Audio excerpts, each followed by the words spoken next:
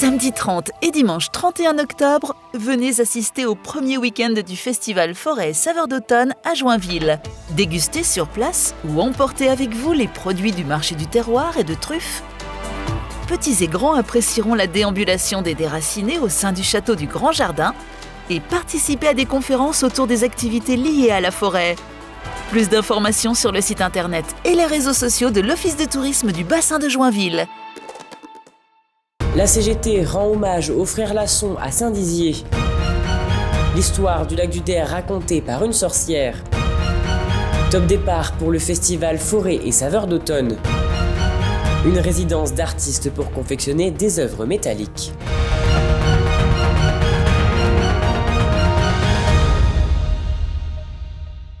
Bonsoir à tous et bienvenue dans votre journal du samedi 30 octobre 2021. La CGT des cheminots bragards a rendu hommage aux frères Lasson à Saint-Dizier, deux membres du syndicat qui ont beaucoup aidé à la lutte ouvrière et se sont battus pour les droits des salariés. Aujourd'hui, la salle de repas de la maison des associations des cheminots a été renommée en leur nom avec une plaque qui leur rend hommage.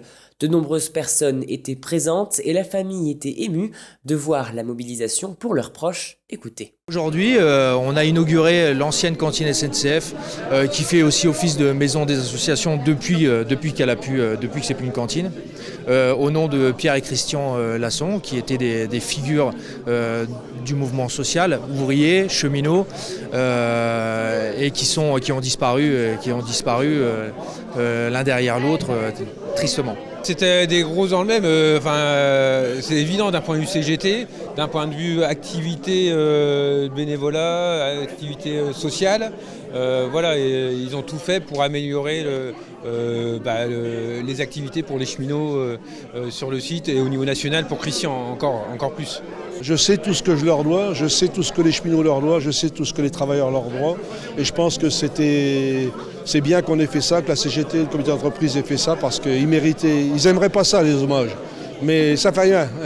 Les gars, Christian et Pierrot, on l'a quand même fait parce que vous le méritez amplement. Je pense que c'est quelqu'un qui a en tout cas marqué ma vie personnelle. Quand j'ai réintégré la SNCF, ils ont été là pour me défendre.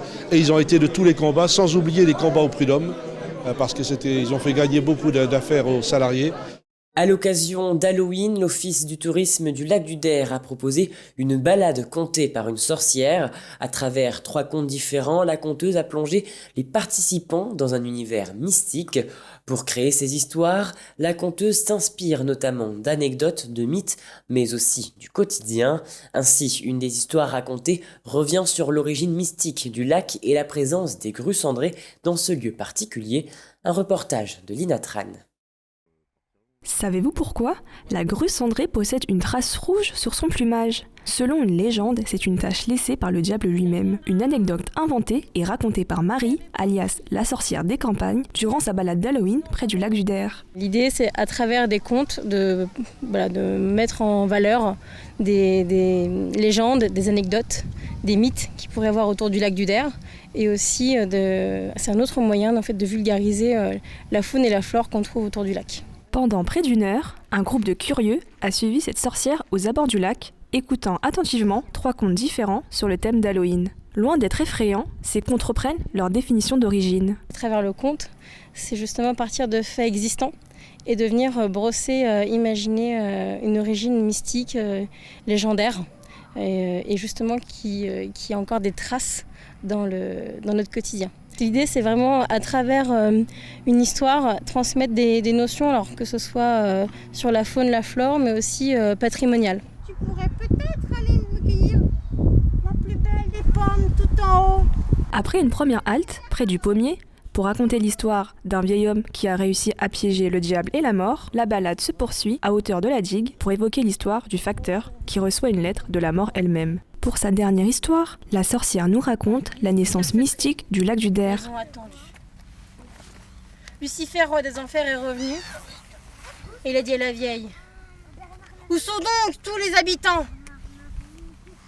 Un conte largement apprécié du jeune public. L'histoire de la trace du doigt du diable sur le front des grues, j'ai bien aimé. Parce que les traces des doigts rouges, c'était aussi joli. Et puis c'est comme ça que le lac il est apparu. Forte de son succès, la balade Conté de la sorcière devrait revenir pour le prochain Halloween. Vous serez damnés. Et passons à présent au chiffre du jour qui est de 1000. En effet, dans 1000 jours, la France accueillera le monde, comme aiment le répéter les organisateurs, à l'occasion des Jeux Olympiques 2024 à Paris. Mais l'ambiance des JO résonnera quelques mois en amont grâce au label Terre de Jeux 2024 où de nombreuses communes, dont Saint-Dizier et Vassy, proposeront diverses animations sportives en lien avec les Jeux Olympiques. Aujourd'hui, à Joinville débute le festival Saveurs et Forêts d'automne.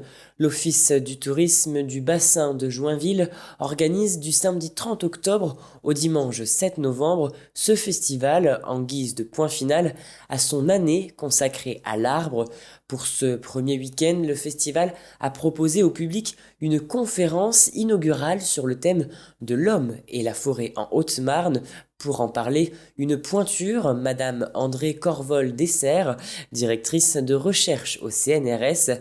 Elle était l'invitée d'honneur de ce festival. Elle a retracé l'histoire des forêts haut-marnaises depuis le Xe siècle jusqu'à nos jours en expliquant le rapport de l'homme à la nature, d'abord pour répondre aux besoins puis ensuite exploités par l'industrie. Écoutez. Le festival se passe autour de conférences et de divers conférenciers qu'on a choisis de haut niveau volontairement, et puis toute une série d'animations qui se passent en extérieur, à côté avec la vente de produits locaux, et puis il y aura un certain nombre de démonstrations de recherche de truffes avec un chien, démonstrations d'un vol de faucons, il y en a un certain nombre de choses comme ça, et puis j'oublie la grande exposition qui est dans la grande salle du château, qui est une exposition qui est très très belle d'abord et qui est très riche ensuite par la qualité des panneaux explicatifs.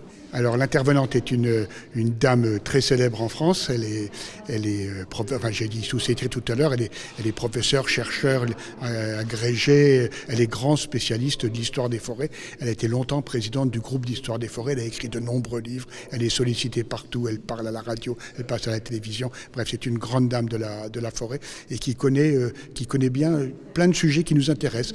Forêt et guerre, forêt et vigne, forêt et métallurgie, forêt chasse, forêt nature aujourd'hui. Donc elle est capable, elle a des connaissances quasi universelles sur tous ces sujets-là et elle est capable de mener des conférences de très très haute qualité. Et vous avez vu comme elle s'exprime vraiment très très très bien et rend tout son propos très accessible à tout le monde.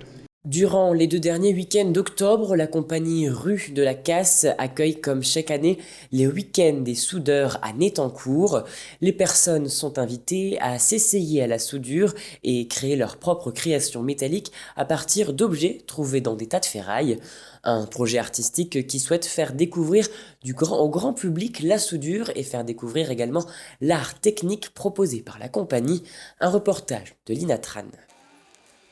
Durant 2 week-ends, la compagnie Rue de la Casse propose dans sa résidence au Cabagnol les week-ends des soudeurs pour la 6e année consécutive. Tous les amateurs qui souhaitent s'essayer à la création métallique, création artistique à base de métal, à base de soudure, qu'ils sachent souder ou pas d'ailleurs, peuvent venir et s'essayer à créer des œuvres. Tout simplement. Les ateliers sont encadrés par 3 artistes soudeurs, France Trabler, Philippe Voya et Valentin Monin. Une occasion pour eux de partager avec les 16 participants leur savoir et leur amour de la soudure, tout en les accompagnant dans la création de leur œuvre métallique. Ce qui est sympa, c'est que, une fois qu'ils savent souder, ils font vraiment la création, leur création. Donc moi je suis juste derrière, on est en accompagnement et je trouve que c'est sympa d'accompagner les gens là-dedans, quoi. Mais tout en leur laissant choisir les pièces qu'ils décident et vraiment monter la sculpture comme ils l'entendent, quoi, en fait. Ce qui m'intéressait, c'est que beaucoup de gens disent qu'ils ne sont pas capables d'être comédiens ou d'être musiciens ou d'être danseurs.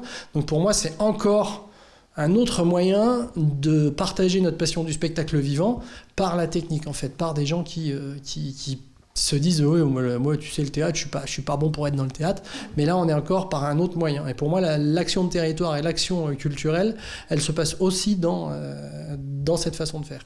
Un partage recherché par les participants venus découvrir une pratique peu commune. De faire avec ses mains, de découvrir aussi une technique, la soudure que je connais pas du tout, que je pratique pas, et puis de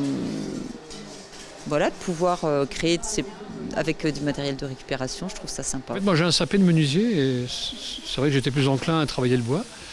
Mais en fait, je pense qu'on a un a priori par rapport à la soudure. Et, voilà. Et puis, je pense que les personnes qui sont là arrivent à relativiser pour qu'à un moment donné, on puisse exprimer un petit peu ce qu'on a. Enfin, c'est pas des œuvres, mais voilà, au moins s'exprimer sur le fer et la ferraille, quoi. Il y a un moment que j'ai envie de souder. Mon petit côté artistique, je ne sais pas si on peut appeler ça comme ça, mais bon, créatif, une envie. J'adore ça en fait, c'est vraiment génial. En plus, c'est familial, tout le monde s'entraide, se donne des petits conseils, on se regarde pas, enfin voilà, on démarre en bas, on vient avec un sandwich pour midi et c'est super, voilà.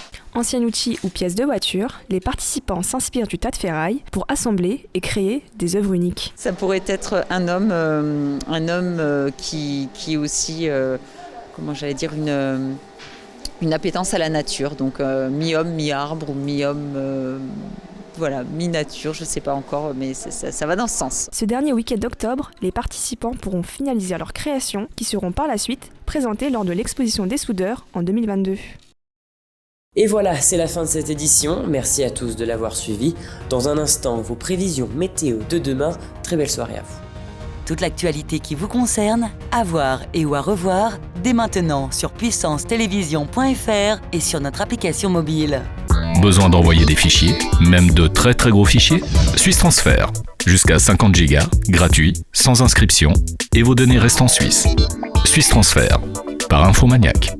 Une femme sur 8 risque de développer un cancer du sein. L'information sur le dépistage précoce permet de sauver des milliers de vies et est essentielle. Alors Puissance Télévision s'engage pour véhiculer ce message. Tous ensemble, restons vigilants.